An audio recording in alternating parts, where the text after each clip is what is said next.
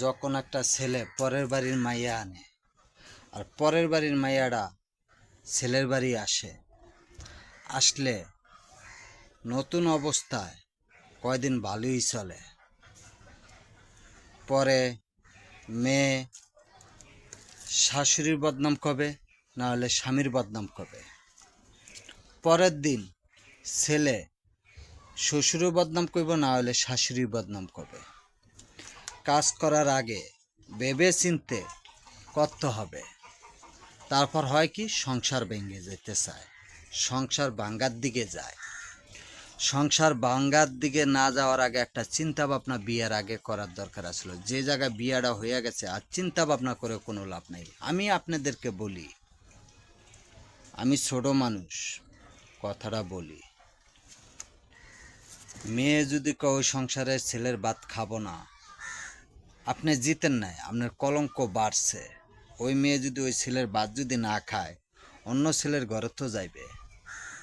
জিততে গেছে, টাকা পয়সা খরচ দিয়া মায়া বিয়া দিছেন, আবার মায়া লিটান আনতে আসেন, আবার লিটান আবার অন্য জায়গায় ব্যাক করবেন। আপনি জিতেন না, কলঙ্ক বাড়ছে।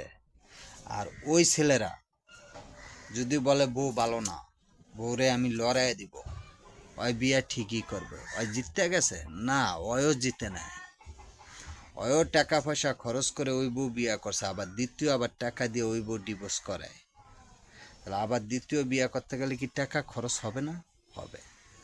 তার দোনো পক্ষে মানুষকে বলতে আছে, নিজা ফয়সালা নিজে ভাঙ্গেন, লোকের শোনার আগে নিজেরা চাবা দিয়ে রাখেন।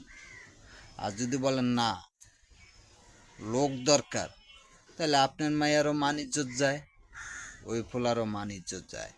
ফ্যামিলি এক রাখেন ইজ্জত বাঁচাতে। আর কিছু কিছু কথা আছে, সমাজে কেউ সম্মান দিতে জানে না, ইজ্জত খুয়াইতে জানে। ইজ্জত যদি ডাকতে মন চায়, তাহলে ছেলে পক্ষে মেয়ে পক্ষে দোনোজন সমাজ রক্ষা করেন।